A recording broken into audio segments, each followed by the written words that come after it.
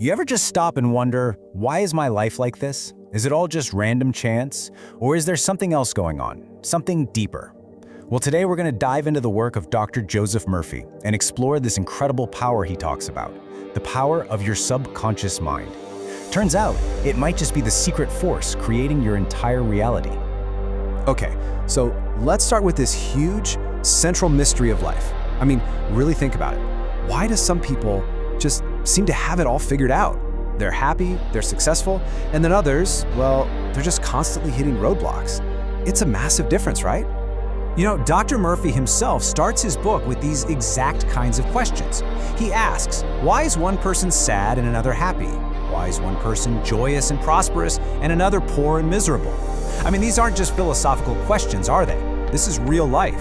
This is the stuff that defines our experience on this planet.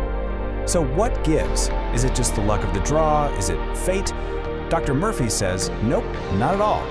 He argues that the answer, the real power to change everything, isn't out there somewhere. It's actually inside you. And it all comes down to the relationship, the interplay between the two parts of your mind. So, how in the world does this actually work? To really get it, we've got to meet the two main players inside our own heads. The best way to think about them is like a team.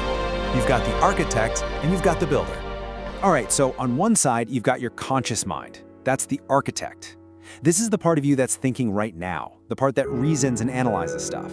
It's the one that chooses the blueprint for your life. And then you have the subconscious. That's the builder. Now, the builder is creative and emotional, but here's the kicker. It doesn't question the plans. It just takes whatever blueprint it's given and starts building, no questions asked. And this right here, this quote, gets to the absolute core of it all.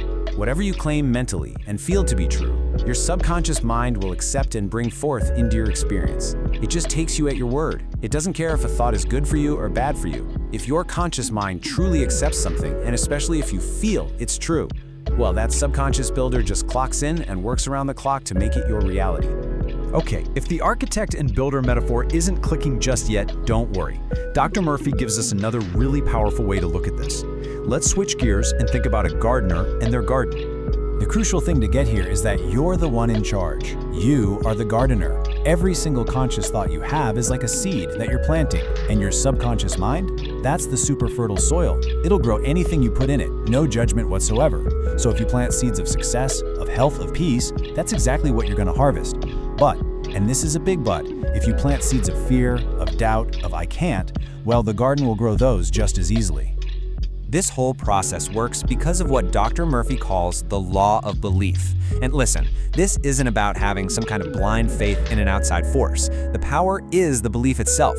Your subconscious doesn't respond to the thing you're hoping for. It responds to the sheer conviction, the feeling of belief inside your own mind.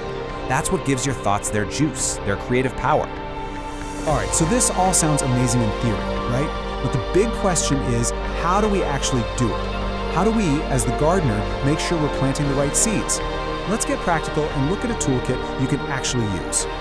Okay, here's a simple 4-step method to really impress an idea onto your subconscious. First, you gotta relax. Find a quiet place, quiet your mind, get into that calm, receptive state. Second, imagine the end result. Don't get bogged down in the how. Just see it, picture it as already done. Third, and this is absolutely the most important step, you have to feel it. Feel the joy, the relief, the gratitude of it being real right now. And finally, just let it go. Rest in that feeling with a deep conviction that it's already done. The seed is planted. And look, this isn't just some abstract idea. Dr. Murphy shares this really powerful story from his own life to show it works. His sister was thousands of miles away and was facing a really serious surgery. So he used these exact steps. He would repeatedly affirm and, more importantly, feel her being perfectly healthy. And get this, 2 weeks later, she goes in for more tests and new x-rays show this remarkable healing. The surgery, it wasn't even necessary anymore. So when you boil it all down, what's the big takeaway here? The message is actually incredibly simple and honestly super empowering. The power to literally shape your life, your health, your finances, your relationships, it's all directly tied to the thoughts you consciously choose to entertain in your mind. But, and this is a really critical warning, this power works both ways.